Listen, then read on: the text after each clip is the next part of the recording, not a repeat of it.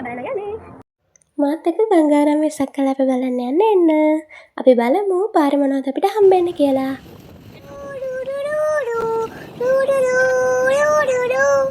පාර දෙපැත්තම හරි ලස්සනට සරසලා තිබ්බා. අපි යන්කෝ ඉස්සරහට. වෙසක් කලාපෙට කලින් අපි දැන් මේ යන්න පෑලියකට තියෙන සීනි සම්බල බණුයි තේදෙන දන්සන්න. හැබැයි අපි යනකොට සීනි සම්බල බණ ඉවර වෙලා අපි දැන් තේකක් වේලා එනකොට ලයිට් ඔෆ් කරලා තිබ්බ නවලෝකතොරේ ලයිට් දාලා තිබ්බා. නවලෝකතොරෙන් තමයි මම දැනගත්තේ දික්කල කාලකවල එන්නේ ප්‍රඥා පාරමිතා ජාතකය කියලා.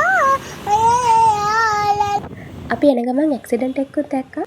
ඊට පස්සේ අපි ලස්සන නෙළුම් මල් වගේක් පහු කරගෙන නෙළුම් කොළ ඉස්සරහේ ගංගාරාමේ පැත්තට ආවා.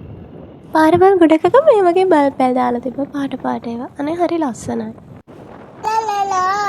ගංගාරාමයට ඇවිල්ලා එතන තිබ්බ සමහන් දන්සලෙන් සමහන් එක්කුත් බීලා අපි ගියා වෙසක් කූඩු ටික බලන්න.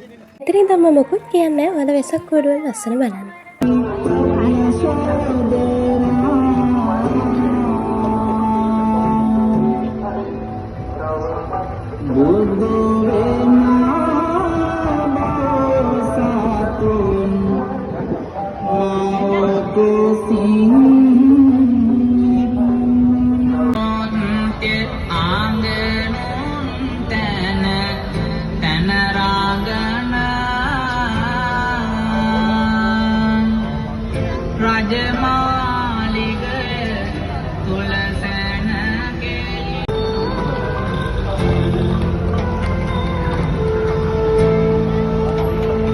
यही लोक स्वभाव है.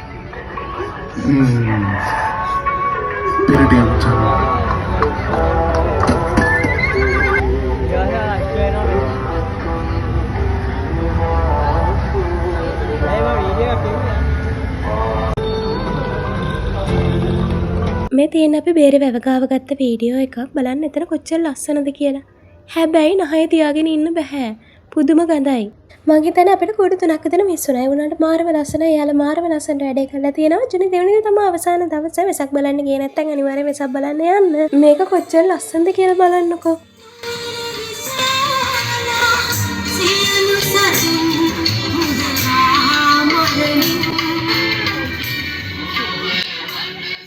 තව භක්ති ගීත ප්‍රසංගයක් තිබ්බා. ඒක බලන්න අපි හිටියේ නෑ. ඒ වගේම පන්සල් වලට ගිහපු වීඩියෝස් ෆොටෝස් මොකුත් අපි ගත්තේ නැහැ. කොහොම හරි ගමන මේ විදිහට ඉවර කරලා අපි යන්නයි හදන්නේ.